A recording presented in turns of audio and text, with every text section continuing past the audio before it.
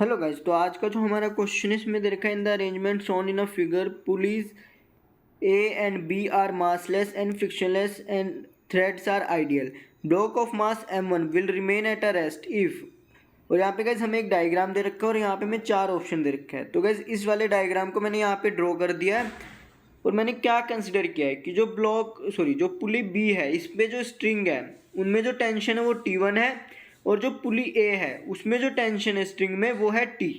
तो गाइस हमें पता है कि जो पुली ए है और उसके स्ट्रिंग में जो टेंशन T है वो किसकी इक्वल हो जाएगी 2T1 के। ठीक है, ये हमें यहाँ पे याद रखना है। और गाइस यहाँ पे मैंने एक और चीज़ कंसिडर किया, मैंने कंसिडर किया है कि जो M2 वाला ब्लॉक है वो ए एक्सीलरेशन से अपवर्ड डायरेक्शन में मूव कर रहा है और M3 वाला ब्लॉक ए एक्सीलरेशन से डाउनवर्ड डायरेक्शन में मूव कर रहा है।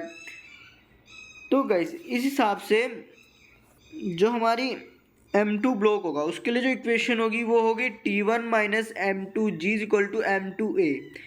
यहाँ पे गाइस ये T1 पहले क्यों आया है, क्योंकि गाइस जो T1 है वो M2G से ज़्यादा है, तभी तो हमारा जो M2 वाला ब्लॉक है वो अपवर्ड डायरेक्शन में मूव कर रहा है, इसीलिए मैंने T1 को पहले लिखा है।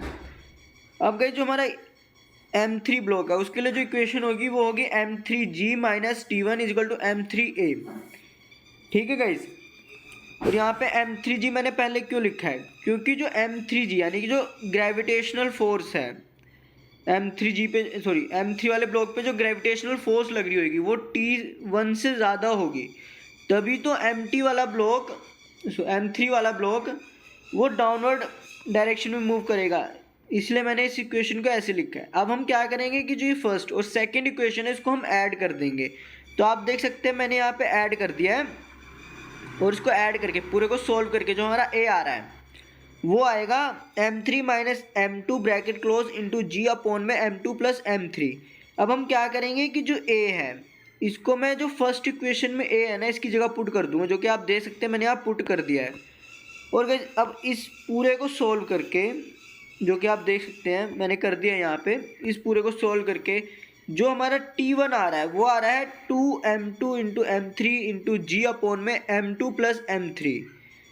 ठीक है गाइस, और गाइस अब हमें क्वेश्चन में क्या रखा है कि M1 वाला ब्लॉक वो रेस्ट पे है, रेस्ट पे होना चाहिए। ठीक है, तो इसका मतलब क्या हो जाएगी, जो T है वो किसके इक्वल होगा M1G के इक्वल होगा, तभी तो गाइस जो हमारा ब्लॉक होगा M1 वो रेस्ट पे होगा। और हमने यहीं पे देखा है कि जो T होगा वो किसके इक्वल होगा 2T1 के, इसीलिए मैंने यहाँ पे T की जगह 2T1 लिख दिया है।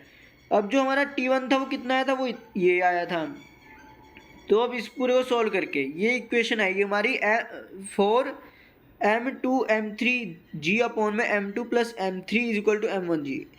ठीक है गाइस, अब क्या क्या होगा कि जो मैंने 4 है इसको मैंने यहाँ ले आया हूँ और M2 हमारा न्यूमरेटर में चला जाएगा, M3G हमारा नीचे आ जाएगा। ठीक है, यहाँ से G से G कट जाएगा और इस पूरे को सॉल्व करके हमारा ये आएगा 4 अपॉन में M1 is equal to 1 upon में M2 प्लस 1 अपॉन में M3। तो गाइस इस हिसाब से आप देख सकते हैं कि जो हमारा आंसर आ रहा है वो ये आ रहा है। तो इस हिसाब से इस क्वेश्चन के लिए जो सही ऑप्शन होगा वो होगा ऑप्शन नंबर 3। और गाइस इस क्वेश्चन की जो PDF है वो आपको हमारे टेलीग्राम चैनल पे मिल जाएगी। और गाइस अगर आपको इस क्वेश्चन में कोई डाउट है तो कमेंट करके पूछेगा। Thank you guys.